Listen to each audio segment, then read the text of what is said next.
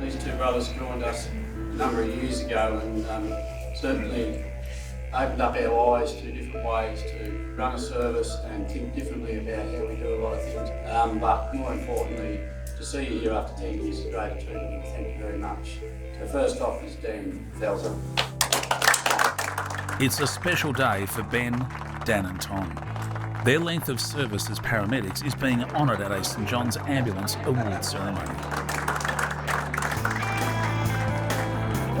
Over the years, the boys have certainly seen it all, in what can only be described as a job of extremes. We'll swing around these guys. We're going all right, mate. Yeah.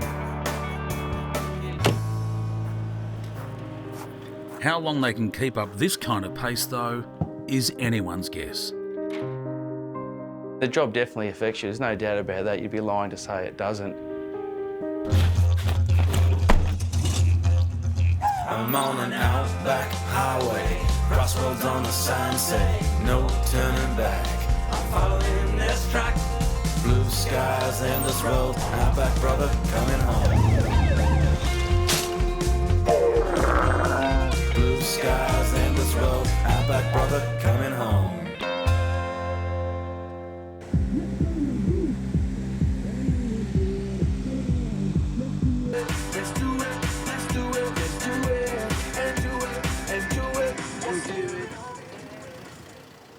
Working as a paramedic in one of the busiest towns in Australia means you have to find ways to cope with stress. Well, in Australia, we call that a twig. Yeah, twig in the Toothpick? A toothpick? Yeah. Just a toothpick for the young fella. No worries, mate. No worries. Comedy plays an important role, has its own pain relief in itself. The body releases endorphins, which are well beyond what we administer in the ambulance. So laughter is a very serious antidote towards pain and stress. You just have to cope the best way you can. You learn how to do that yourself.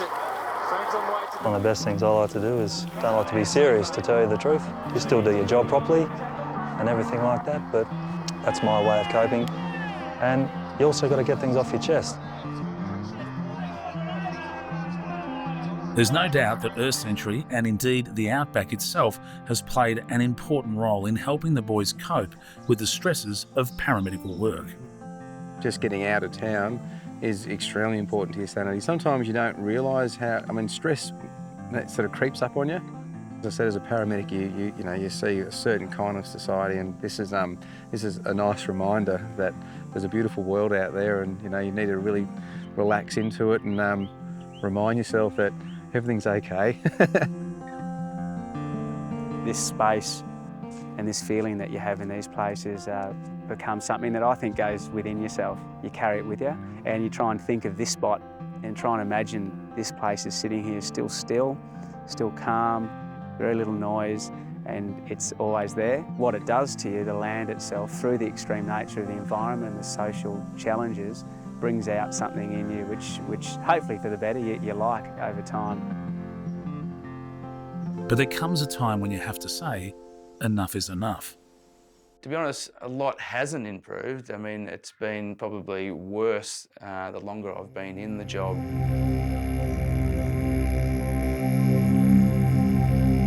Dan, Tom and Joey have a surprise for Ben to help him to reconnect to what is most important. It's a very exciting day today. We're going to head out to the Outback and head over some old stomping trails, Tommy. We've spent the morning packing the esky and the swags, and it's going to be a great trip out to the Outback. Beautiful scenery along the way, so it's magnificent. Benny doesn't know, it's going to be a surprise. What's going on here? Oh, we're just going down the road, man. It's got a few things to do. What for? Oh, it's just this person we want you to meet. Her name's Cindy. Come on, we've got to go. She's a bit hairy, but Let's go, Benny. nice eyelashes. We've got to go. Oh, what about we cup? Oh.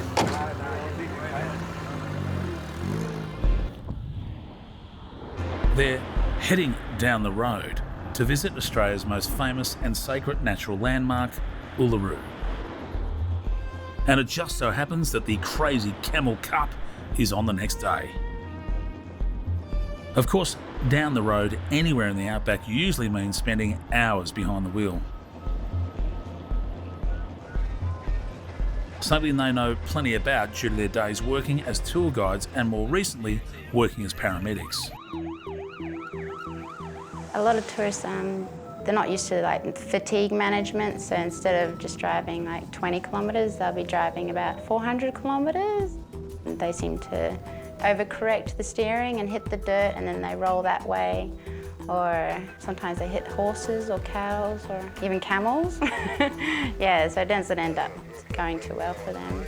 Another motor vehicle accident very early in the morning. It's pretty cold, and this driver was lucky to survive. I quite like the distances because you get to see all the scenery, and the scenery is beautiful. So on the way, you're quite relaxed and you're enjoying the view and the countryside and the animals that you come across. Except when they're in a critical stage, yeah, an hour can feel like a lifetime, really. Yeah, and you wish you'd get there quicker. It used to be our playground, travelling around to Uluru and Kings Canyon and Wataka and so on. So it's, we're looking forward to rekindling the roots and getting Benny out there and celebrating some old school tactics of getting under the stars and chilling out. Yeah, this is what it's all about. When you come to the Outback, it's these beautiful journeys along those highways. It's just an amazing spot. So this is going to be fantastic. Being a semi-arid desert, the scenery you encounter along the highway is anything but dull.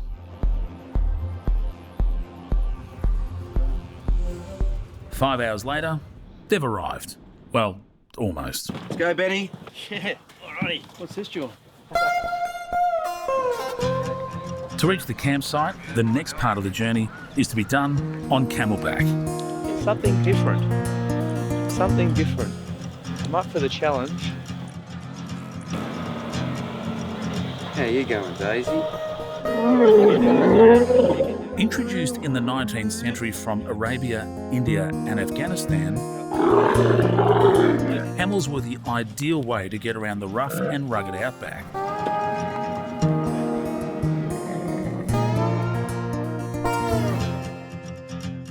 When motorised vehicles made them redundant, they were released into the wild, where, with no natural predators, they quickly multiplied. Today, Australia has the largest wild camel population in the world, with over 1 million of them roaming the outback.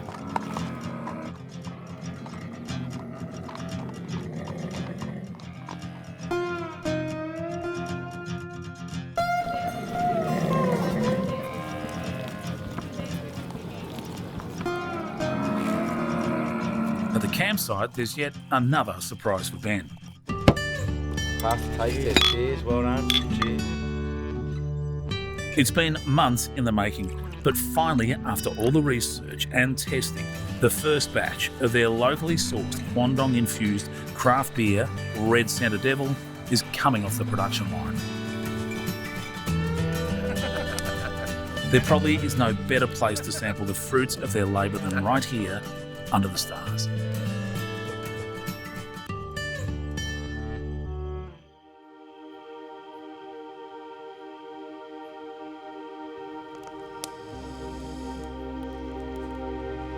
With a big day ahead, Joey has his bush oven out again. This time it's been used more as a fry pan as he cooks up a hearty breakfast. Great, thanks, Dad. So good. All right. We reckon we've got about 20 minutes till that sun comes up. All right, we'll snag it. Up. All right, Benny. Let's do it. As this new day arrives, it's comforting to stand before such a sacred place that hasn't changed for as long as anyone can remember.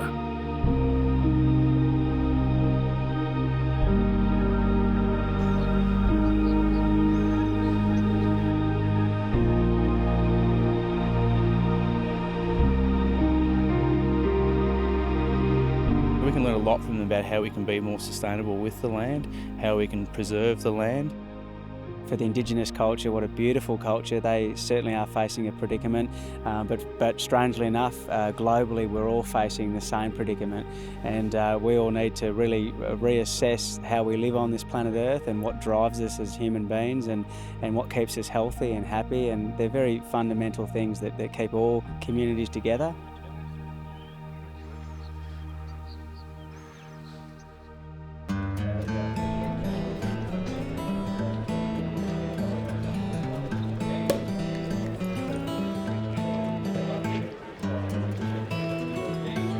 the Uluru Camel Cup. People come from all over Australia to enjoy this wacky festival that celebrates all things outback.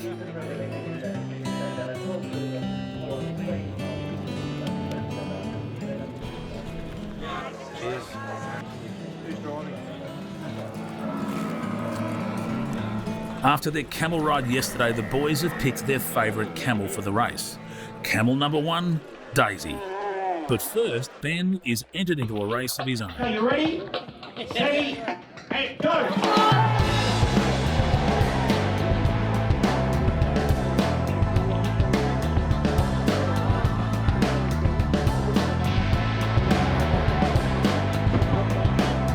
That's the last time Benny's going to get in the sack.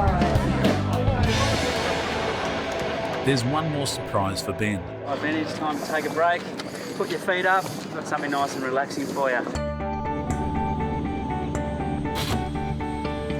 While he's not crazy about heights, it is the best way to see the true shape of this amazing Inselberg, or rock. Safely back on the ground, it's time for the big race of the morning.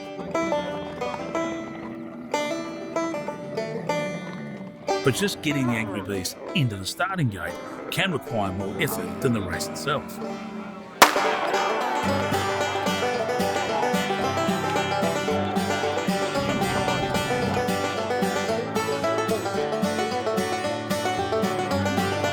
While it's not the most graceful thing in the world to watch, camels can reach speeds of up to 65 kilometres per hour.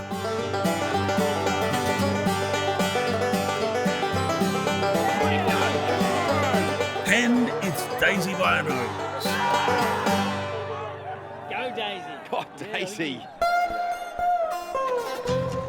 It's now time for the next race. The boys have to try and beat the clock and get back to Earth Sanctuary, as guests will be rocking up for the next big event. More than 15 years after first venturing out to Alice Springs, this first chapter is drawing to a close. The tourism business is a success. The education program is up and running. So, what's next? The conversation of Earth Sanctuary 2.0 has come up a lot over the last year especially, and we're having to consolidate and rethink about the grassroots that drew us here. The business is growing and we need to take a step back and reevaluate where we want to be. We're at capacity as a family. We've also got little ones that we're looking after as well. So we've never felt the busyness of our organisation more than now.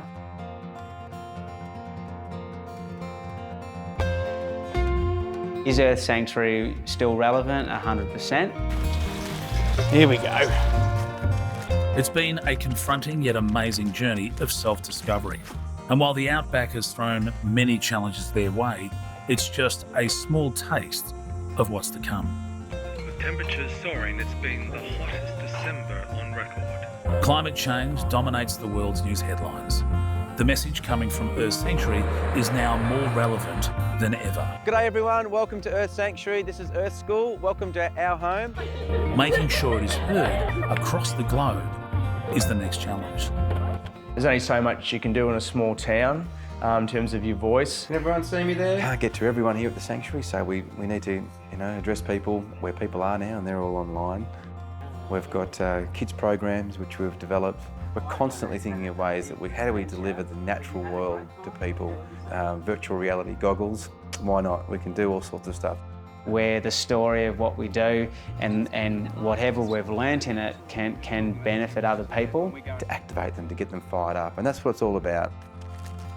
Our culture certainly has a predicament now. We talk about climate change, and our ancient cultures are just the ones to talk to when it comes to learning a bit how to reduce our impact. We want to show everyone that it is achievable, it is possible to live harmoniously with our environment. If you want the fruit in life, you've got to go out on a limb. I think that's fundamentally why we continue on. No doubt, the way the Falzon family will tackle it will be as inspiring as what they've achieved so far.